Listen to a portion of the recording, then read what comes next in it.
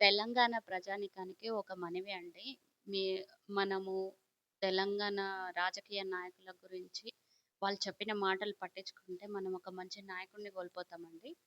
అసలు పోరాటం జరిగినప్పుడు ఉద్యమకారులకి పదవులిస్తామన్నారండి. ఎక్కడిచ్చారండి పదవులు? ఒక్క ఉద్యమకారుడన్నా ఇప్పుడున్న పదవిలలో ఎవరన్నా ఉన్నారా? అప్పుడు చేసిన ఉద్యమంలో ఎంతమంది చదువుకున్న పిల్లలున్నారండి. మంచి ఎంబీబీఎస్‌లో, బీఎస్ మంచి చదివిన పిల్లలున్నారసలు. చదువుకున్న పిల్లల్ని ఒక్కరినన్నా తీసుకున్నారా అసలకి మన రాజకీయంలోకి? ఎంటర్ జేసిర్రా అసలకి? ఒక్కరన్నా ఉన్నారా? అదే రాజకీయ నాయకులు, అదే పదవులు, అదే వాళ్ళు. వాళ్ళే గనిపిస్తున్నారు. మీకెక్కడైనా ఉద్యమకారులు గనిపిస్తున్నారా పదవిలల్ల? ఇప్పుడు మనం కొట్లాడిందే మన తెలంగాణ మనం మంచిగా జేసుకోవడానికి. అలాంటప్పుడు మళ్ళీ తీసుకుపోయి వాళ్ళ చేతుల్లోనే గదండీ పెట్టినాం అసలుకు.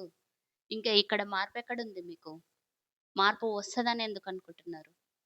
ఒక మంచి నాయకుడు గావాలనుకోవడంలో తప్పు లేదండి. మేమందరం అనుకుంటున్నాం. ఒక మంచి నాయకుడైతే మాకు కావాలని. ఉద్యమం జరిగినప్పుడు చాలా మంది ప్రాణాలు కోల్పోయారు. అది ఆ ప్రాణం వాల్యూ అందరికీ తెలుసనుకుంటా. ఒక మనిషి ఒక ఇంట్లో ఒక మనిషి చనిపోతే ఆ ఫ్యామిలీ ఎంత దెబ్బతింటుందో అందరికీ తెలుసు. అలాంటిది ఒక ఎదిగిన కొడుకులు చనిపోతే ఆ తల్లుల బాధ ఎలా ఉంటదనేది వెళ్లి ఆ ఇంట్లో వాళ్ళని అడగండి చెప్తారు మీకు. ఉద్యమం గురించి జెప్తారు వాళ్ళు. ఉద్యమం ఏం సంపాదించిందండి అని అడిగితే ఆ తల్లులు చెప్తారండి మీకు. కనీసం ఇప్పుడు ఒక సామాన్యుడు బతకడానికైనా ఉండాలి గదండీ! మాకు వేరే విధంగా మేము అనట్లేమండి. ఆయననే గావాలి. ఆయన వచ్చి ఇక్కడ పదవులు జేయాలి.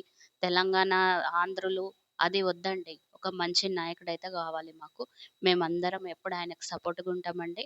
ఆయన వచ్చి ఇక్కడున్న ప్రజలకి ఆయన ఇక్కడే ఉన్నారు కాబట్టి ఇన్ని రోజులు మాకు మంచే చేస్తారని మేము అనుకుంటున్నామండి. అందుకనే ఆహ్వానిస్తున్నాం అందరం. ఇంకా ఆయన మా పిల్లల భవిష్యత్తు ఇంకా మంచిగా తీర్చిదిద్దుతారని మేమనుకుంటున్నామండి. అలాంటప్పుడు మేము సపోర్ట్ చేస్తామండి ఆయనకు.